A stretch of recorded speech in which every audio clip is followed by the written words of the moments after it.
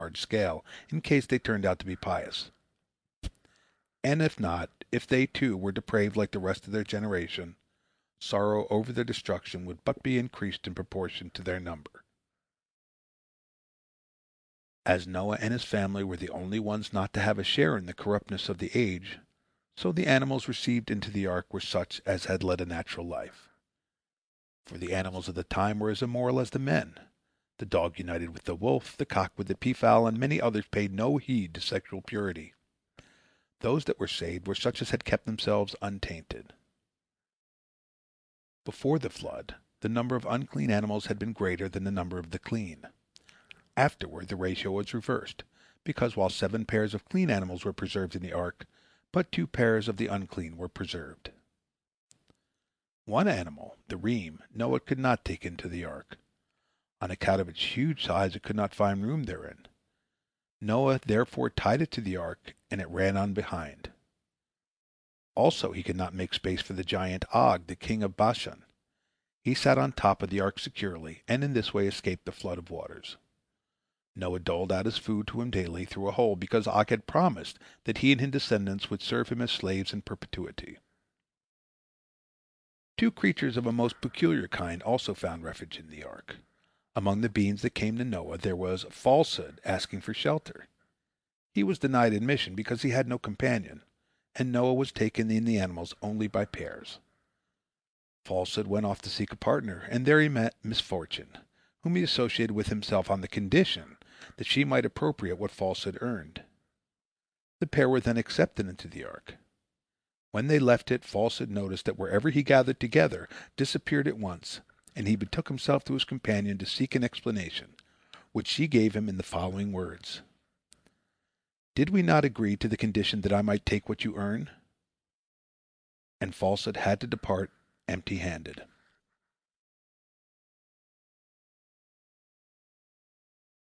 The Legend of the Jews, Volume 1, by Rabbi Louis Ginsburg. The Flood. The assembling of the animals in the ark was but the smaller part of the task imposed upon Noah. His chief difficulty was to provide food for a year and accommodations for them. Long afterward, Shem, the son of Noah, related to Eliezer, the servant of Abraham, the tale of their experiences with the animals in the ark. This is what he said: "We had sore troubles in the ark. The day animals had to be fed by day, and the night animals by night. My father knew not what food to give to little Zikta. Once he cut a pomegranate in half, and a worm dropped out of the fruit, and was devoured by the Zikta. Therefore my father would knead bran, let it stand until it bred worms, which were fed to the animal. The lion suffered with a fever all the time, and therefore he did not annoy the others, because he did not relish dry food. The animal Urshana my father found sleeping in a corner of the vessel, and he asked him whether he needed nothing to eat. He answered and said, I saw thou wast very busy, and I did not wish to add thy cares. Wherefore my father said, May it be the will of the Lord to keep thee alive forever. And the blessing was realized. The difficulties were increased when the flood began to toss the ark from side to side. All inside of it were shaken up like lentils in a pot.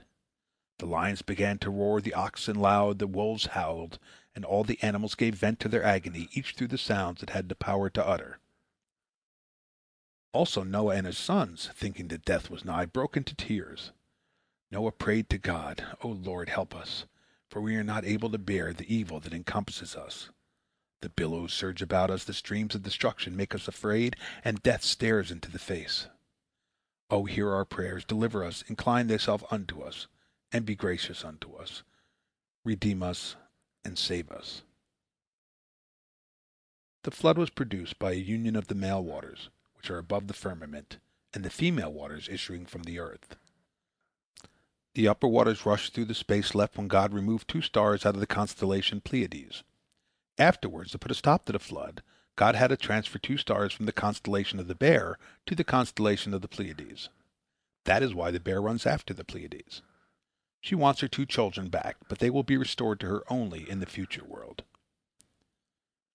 There were other changes among the celestial spheres during the year of the flood. All the time it lasted, the sun and the moon shed no light, whence Noah was called by his name, the Resting One. For in his life the sun and the moon rested. The ark was illuminated by a precious stone, the light of which was more brilliant by night than by day, so enabling Noah to distinguish between day and night. The duration of the flood was a whole year. It began on the 17th day of Heshwan, and the rain continued for 40 days, until the 27th of Kislew. The punishment corresponded to the crime of the sinful generation. They had led immoral lives and begotten bastard children, whose embryonic state lasts 40 days.